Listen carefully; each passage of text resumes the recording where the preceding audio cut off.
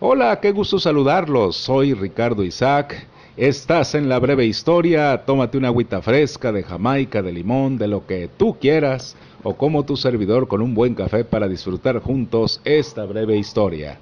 Las máquinas para calcular cuál ha sido su evolución. El ser humano con ese espíritu indomable, inquieto, insatisfecho, siempre ha buscado hacer más fácilmente las cosas. En este caso en especial, hablaremos de los cálculos. Hacer el cálculo de lo que se necesite para determinar, por ejemplo, medidas, pesos, distancias o proyecciones diversas. Las operaciones básicas, suma, resta, división, multiplicación, se llevan a cabo desde tiempos antiguos y conforme se avanza en el conocimiento, se hace la invención de mejores máquinas, llegan las operaciones de contar y posteriormente las computadoras, con las cuales hoy en día nos hacen más eficientes todas las actividades en el mundo moderno. En cuanto a las primeras máquinas para contar está el ábaco, un instrumento para calcular que utiliza cuentas que se deslizan a lo largo de alambres y que representan unidades, decenas, centenas, y que al desplazar las mismas, es decir, estas cuentas representan diferentes valores. Este instrumento se utiliza en la actualidad, quizás en los primeros años de primaria, y sirve bastante para ir fortaleciendo y ejercitando la comprensión de cálculos sencillos. Lo utilizan actualmente los niños de primero o segundo de primaria. Seguimos con la pascalina, que fue una de las primeras máquinas mecánicas para calcular. Funcionaba a base de ruedas y engranajes. La inventó en 1642, pleno siglo XVII, el filósofo y matemático francés Blaise Pascal. El primer nombre fue máquina aritmética, después la llamó rueda pascalina y al final pascalina. La pascalina podía sumar y restar, multiplicar y dividir mediante sumas o restas sucesivas. La pascalina estaba destinada básicamente a solucionar problemas de aritmética comercial, ya que este primer uso de la pascalina fue en la hacienda francesa, debido a que Pascal la diseñó para ayudar a su padre, que era contador. Y continuamos con la máquina diferencial. Al matemático, inventor y excéntrico Charles Babbage se le deben los primeros desarrollos de los modernos ordenadores. Presentó la máquina diferencial en Londres en el año de 1822. Se considera que la máquina analítica de Charles Babbage fue la primera computadora del mundo. En su diseño teórico, esta máquina contenía las partes esenciales de la computadora moderna: un dispositivo de entrada, memoria, unidad central e impresora. Así, la máquina analítica, como he mencionado, pasa a la historia como el prototipo del ordenador moderno. A Charles lo motivaban la aberración al desorden, no le gustaba nada tirado, no le gustaba nada en desorden, le gustaba todo ordenadito, ¿no? El conocimiento de las tablas logarítmicas y los trabajos sobre calculadoras de grandes personalidades como Blaise Pascal y Leibniz. Charles Babbage pensó que una máquina podía hacer cálculos matemáticos de manera más eficiente que las personas. Y es así como continuamos con Mark I. Esta máquina fue concebida, diseñada y construida en 1944 en la Universidad de Harvard, con un equipo que contaba con el liderazgo de Howard Aiken y la subvención de IBM. Howard Aiken fue un ingeniero estadounidense, pionero en el campo de la informática e ingeniero principal tras el proyecto que dio lugar a la serie de ordenadores Mark. Él era profesor de matemáticas aplicadas en Harvard. En un principio fue bautizada como calculadora automática de secuencias controladas, pero después como Mark I.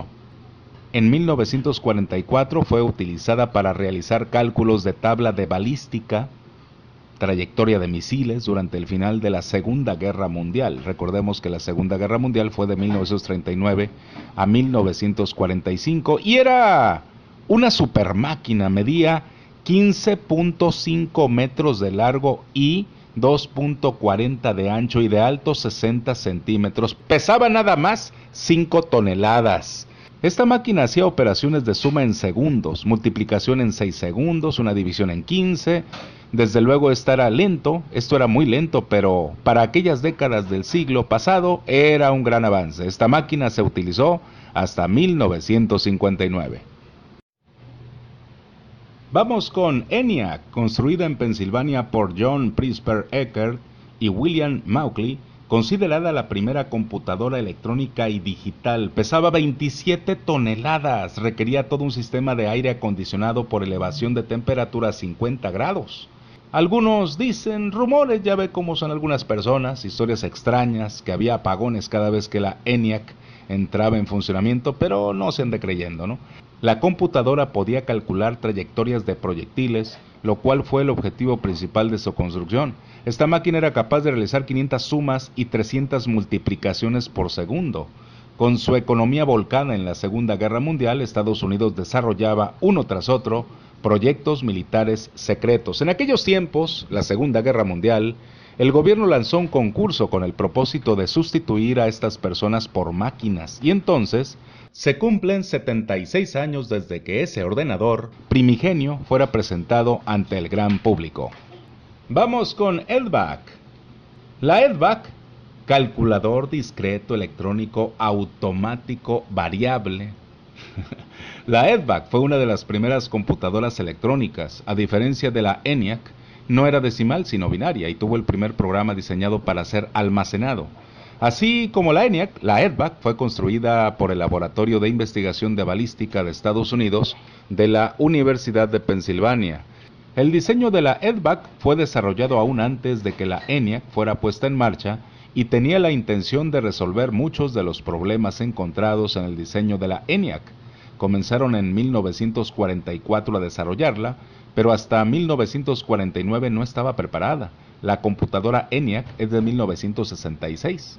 Entregada al laboratorio militar en agosto de 1949, después de varios ajustes, funcionó hasta 1961. En 1960 estaba funcionando alrededor de 20 horas diarias con lapsos sin error de 8 horas en promedio. La EDVAC funcionó hasta 1961 cuando fue reemplazada. Continuamos con UNIVAC. La UNIVAC fue la primera computadora comercial. Tenía 1000 palabras de memoria central, podía leer cintas magnéticas y fue utilizada para hacer el proceso del censo de 1950 en Estados Unidos. UNIVAC utilizaba tarjetas perforadas. Continuó el trabajo de Hermann Hollerith, estadounidense considerado uno de los pioneros de la informática por su invención de las máquinas estadísticas de tarjetas o fichas perforadas. Con el paso del tiempo funda una compañía que se conocería como IBM. Después de varios lanzamientos y de continuar aprendiendo sobre la marcha, llegamos a 1960. Las computadoras de segunda generación siguen en evolución, se hicieron más pequeñas, más compactas, y crece su capacidad para procesar. Surge entonces la programación de sistemas. Estas computadoras estaban programadas en lenguajes de alto nivel, estaban reducidas en tamaño y costaban menos. La tercera generación se inaugura en abril de 1964. Esta generación se basa en circuitos integrados, todo es en miniatura y se maneja por sistemas operativos. Por ejemplo, la IBM 360 contaba con unidades de cinta de 9 canales y discos magnéticos. Para 1970 seguirían computadoras más potentes, más veloces. Estas máquinas son capaces de correr más de un programa de manera simultánea. IBM acaparó el 70% del mercado. En la cuarta generación aparecen los microprocesadores. Son circuitos electrónicos proporcionando el control de las operaciones de cálculo. Estas tienen una velocidad impresionante, son pequeñas, muy económicas y se extiende su uso al mercado industrial. Y nacen las computadoras personales 1971.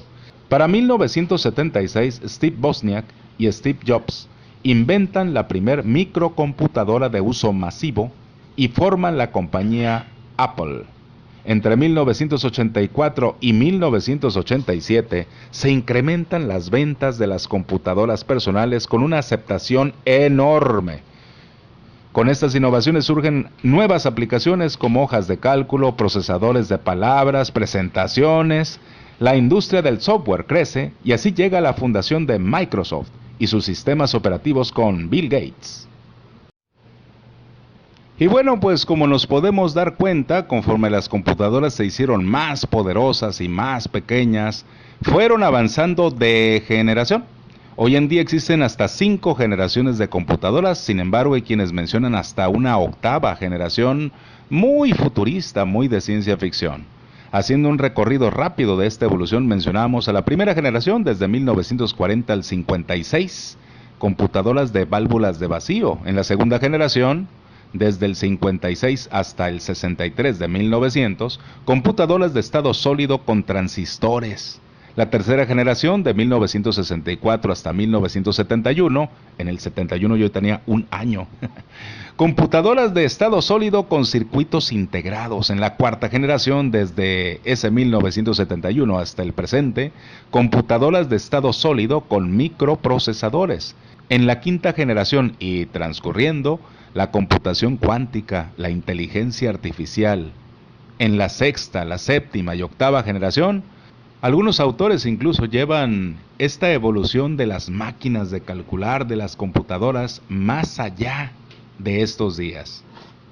Es así como llegamos al final de esta breve historia. Agradecemos tu atención a este programa sobre la evolución de las computadoras. Soy Ricardo Isaac. Si te gustó este audio, por favor, dale like y compártelo. Suscríbete. Hasta luego.